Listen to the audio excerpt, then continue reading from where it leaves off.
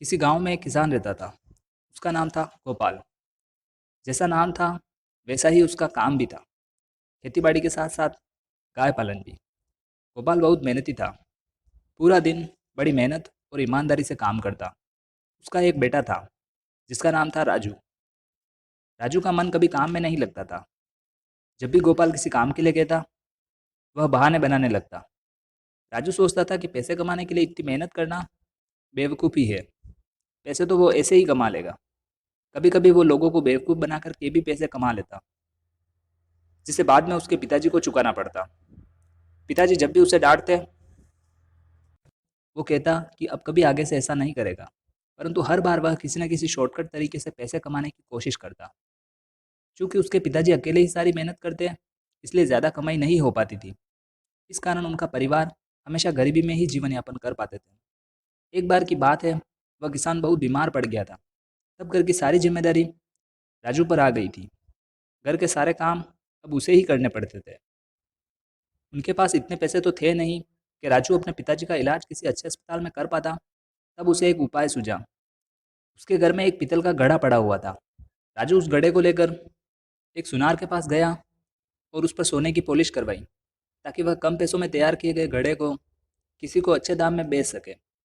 अब राजू अपने पिताजी को लेकर किसी डॉक्टर के पास गया और बोला कि उसके पिताजी बहुत बीमार है, उन्हें इलाज की बहुत ज़रूरत है, परंतु वो लोग बहुत गरीब लोग हैं और उनके पास इलाज के पैसे नहीं हैं। मगर उसके पास एक सोने का घड़ा है जो उसके पिताजी को खेत में खुदाई के वक्त मिला था। वो घड़ा आप इलाज के पैसों के बदले गिरवी रख लो और मेरे पिताजी का इलाज कर दो। पहले तो डॉक्टर ने मना कर दिया, परंतु राजू के बार बार विनती करने पर डॉक्टर ने यह सोचकर इलाज कर दिया कि अगर राजू ने पैसे ना भी चुकाए तब भी उसका सोने का घड़ा तो डॉक्टर के पास ही पड़ा है, उसे बेचकर वह वसूल कर लेगा। डॉक्टर को राजू की बेईमानी का मालूम न था। इधर राजू अपने पिताजी का इलाज कराकर खुशी खुशी घर आ गया था। वह बहुत खुश था कि उसका तरीका काम कर गया और उसके पिताजी का इलाज सही से हो गया। कुछ दिनों बाद जब डॉक्टर को राजू की सच्चाई का पता चला, तब डॉक्टर ने उस घड़े की जांच सुनार से करवाई तो उन्हें पता चला कि घड़ा तो नकली था। उन्हें राजू पर बहुत गुस्सा आया। उन्होंने इसकी शिकायत पुलिस में करी।